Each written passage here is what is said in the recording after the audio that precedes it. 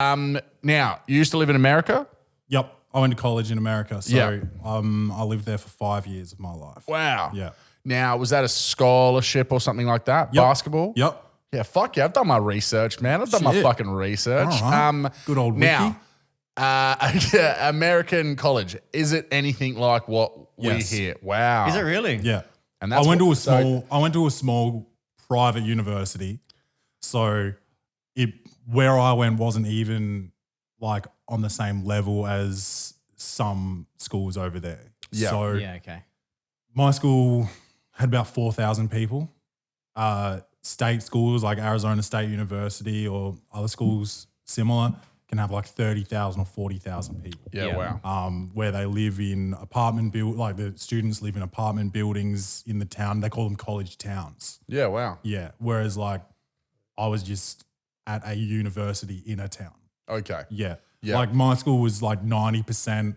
I don't remember what you call it anymore. Like you live on campus and like 10% commuters. Yeah, right, okay. So like it was still really cool. Boarding? Yeah, Yeah. pretty much. Yeah. Yeah.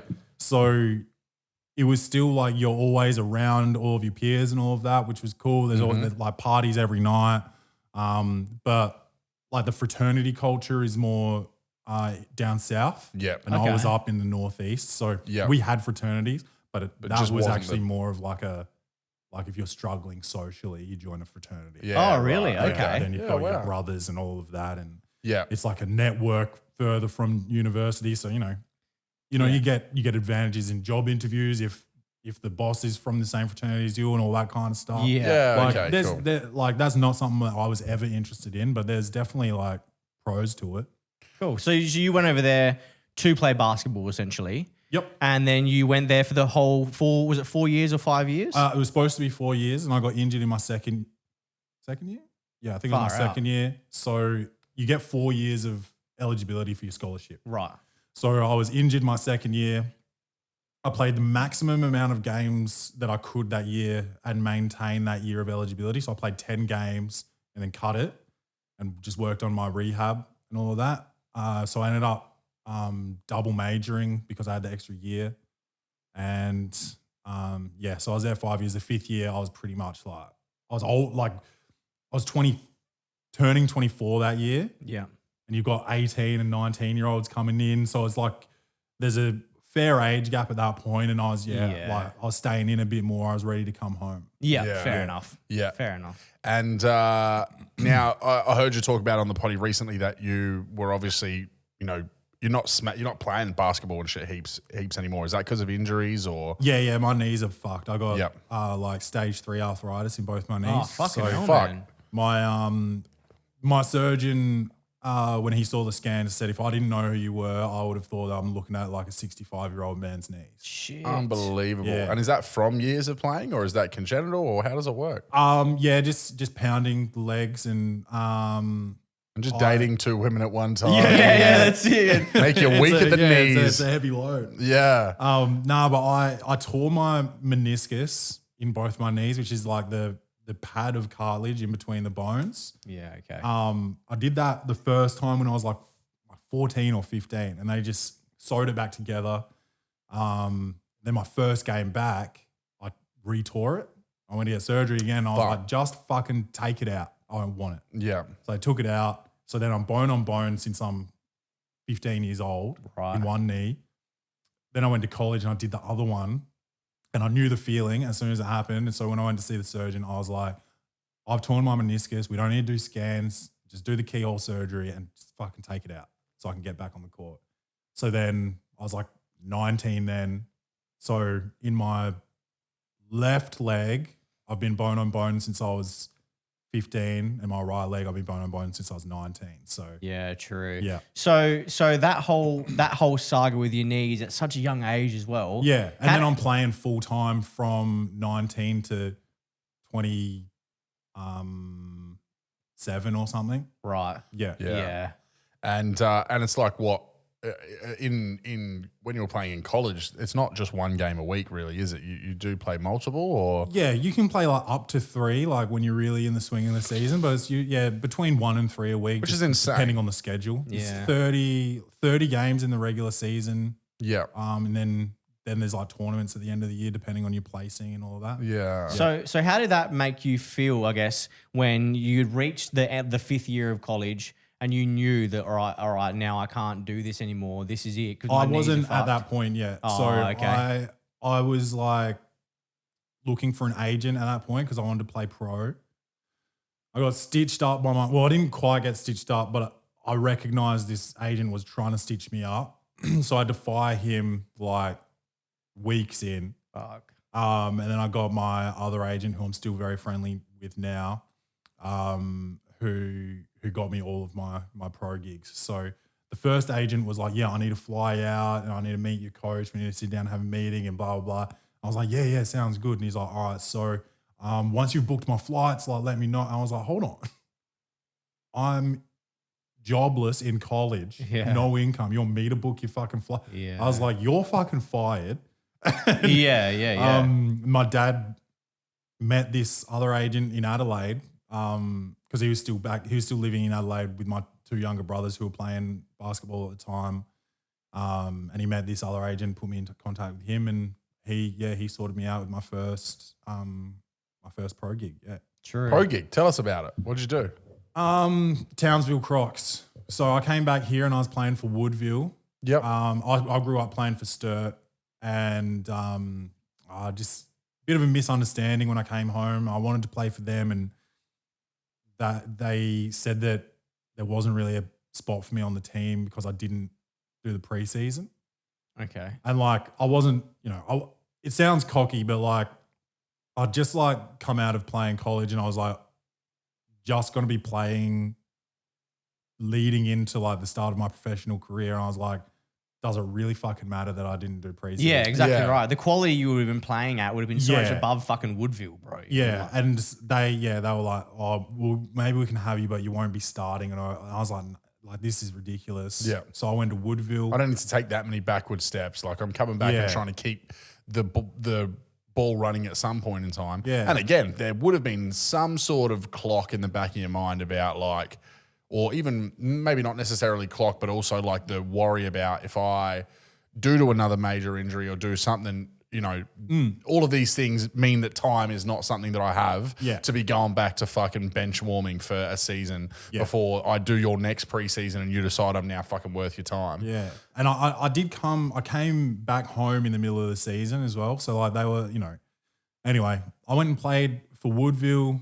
One guy who I'm very, who was very selfless, sort of removed himself from the team to let me step in like halfway through the season, which was something that I would probably never do for anybody. So that was great of him. What did he just go like, dude, you're a fucking gun and I'm a dud, or what, was there any reason? No, he was good. He was getting ready to go to college. He already had a scholarship sorted. So like the season didn't mean too much for him. I needed it for fitness to go to the next level. Yeah. My next gig wasn't confirmed yet. I had like an idea of where I was going. So he sort of, let me step into the team, and I got offered a gig in Townsville. Well, I'm just trying to think whether I should tell. I was supposed to play for Adelaide, which like I would have loved, and shit went sideways while I was in my car driving to sign my contract. Really? Wow. And so I won't go into the details of that, but that really pissed me off. I didn't have anywhere to go, and we played the semi-final for Woodville. Maybe I didn't even play it. I don't remember. It was around semi-final time, and the coach from Townsville calls me and he's like, I want you up here. I was like, thank you so much. Blah, blah, and he's like, tomorrow. Fuck. So I packed my bags and booked a flight and went to Townsville the next day. And he got like a sponsor of the team to open up his house to me. No shit. So I was living with a sponsor for a few weeks before I found my own place, and I was up there. So that was And the getting paid. And sorry, man. what was it? What was the NBL? NBL, yeah, NBL. Yeah. Yeah. And so getting paid like a pretty decent Not decent. Okay. Yeah. But living off of what you want to do for a living, which is the ultimate goal, really. You're like, I was on that meega fucking shit, but I was still getting paid to. I was talking to my friends about this around Christmas time because I'd never like really gone into detail about it before, I guess, like because I was busy up there. I wasn't like calling my friends every day or anything. Like, but I was sleeping so I was up there for 9 months. I was sleeping on a foam mattress on the floor, no like bed frame or anything. And I couldn't really afford food. So I was like, I'd buy like those big sacks of rice that you see at the bottom shelf. I'd buy that and I'd buy like 24 packs of sausages. And that's and you were playing pro basketball, eating rice off the bottom shelf and sausages of 24 pack. Fucking hell, man. So that's what I was pretty much eating that and like Wheat Bix for breakfast and then like lunch and dinner like sausages and rice for 9 months. What year is this? This is end of 2014 into 2015. Wow, that's not that long ago. Nah. No shit. And is that still like it's a diet that I'm considering at the moment. No. Is that still, I mean, you may not even know, but is that still like what it would be like for, you know, a player playing? The position that I was in is like more of a hometown position. So like if I was doing it in Adelaide, I would have been living with my parents or something. Okay. Right. But I wanted to invest in myself. I put all my chips into the table. And so I had to pay rent and I had to pay a phone bill and electricity in Townsville. So I've got an air conditioning going 24/7. Yeah. Yeah. Petrol. I had a part-time job behind a bar as well. True. So I'm working at a bar till 1 a.m. and I've got weights at 7 a.m. And then after weights, I got practice. And then after practice, I've got shooting. And after shooting, I've got film. And after film, I've got work. So what's film?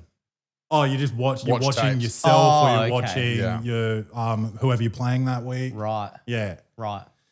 Yeah. So it was That's insane. So what's the end of that story? Like at what point? Because I mean, by the sounds of that, you said about 27. So you've how long have you played? At that time, I would have been 24. Yeah. Yeah, I probably 24 for the whole time. I probably didn't turn 25 till I came back from there. Okay. Oh, so it was only about a year. One season. I was one up season. there. Okay. Yeah. And then what'd you do? So you've got about 2 years left of you playing full time. So after that, I had the choice to either have the off season and just train in the off season, or play in an off season league. And because I didn't play a lot in Townsville, I just wanted to play. Yeah. So I went and played off season in Albury. Yeah. Albury Wodonga. Yeah. And Good little Right on the spot, border man. there. Yeah. I've done some work up there. And they'd been bad for a number of years, and we just like turn it around. Fuck yeah, that dude. year. That would have been the sickest feeling. Yeah. Like going there and you know that you're going to a team that's been struggling for so long, and then you've rolled up with a fresh team, and you've dragged it up. Did you win the premiership? We won our conference final. Yeah. So Yeah. there's two conferences, like North and South, or East and West, or something like that. Yeah. We won our conference, and then we went to the grand final and just collapsed. Oh, Yeah. real. That's still a pretty crazy achievement. Though. Yeah, Just to man. get to Yeah. that Considering you point came if from they the had- bottom. And I went back and played a second season there because the guy that I started the podcast with was in my team, and we became really close and sort of talked in the off season. I was like, I'll go back if you go back. And he's like, I'll go back if you go back. And I was like, you go back first. Yeah. Like, I'm not going back until you prove to me you're going back. You send me a photo of you at the court, and I'll book my flights, motherfucker. Yeah. So we both went back, and then that season we were nowhere near as good as we were the first season. Yeah, okay. And somehow we still made finals, but we didn't quite get as far as we did the first season. But that was my last time out of Adelaide. I came home. By this stage, I've been away from Adelaide for 10 years. So I came home and I wanted to finish my career at Sturt. and had a big blow up with the coach in the preseason. Yeah, okay. And just quit. I just stopped See, showing up. that's such a soul crushing way to finish a career, man. Yeah, because I didn't have to come home yet. Like my knees weren't completely fucked. I definitely had 1, maybe 2 seasons. If I stayed fit, I don't know how many seasons I would have had left. Maybe 2, maybe 3. Yeah. But at the end of that preseason, like I was in a fair bit of pain. And the coach fucked me, and I just stopped showing up, and that was the end. Back home, I was back home. I was playing with guys that I played with when I was 16. It would have been a good way to go out, but Yeah. But like not doing that would have worked out for the better, because I would have just been so mad for 6 months. Yeah, exactly. Yeah, Right. and how many more bitter memories might have they ended up with at the end of it, rather than just that one like shitty fuck this, and then they you're in fucking control failed of that it. season. So I'm pretty happy about that. Did you like go to whoever their like rival is, like not to play for them, but just like sit in the crowd with some of their fucking merch? No, but like because I was friends with everyone, like they would always be like, dude, like this fucking season's fucked, man. And like I went to a Bucks show where there was a couple of members of the board of the club. Yeah, wow. And they were like apologizing to me and shit. And I was like, dude, let's just like we're at a Bucks show. Let's get fucked up. Yeah.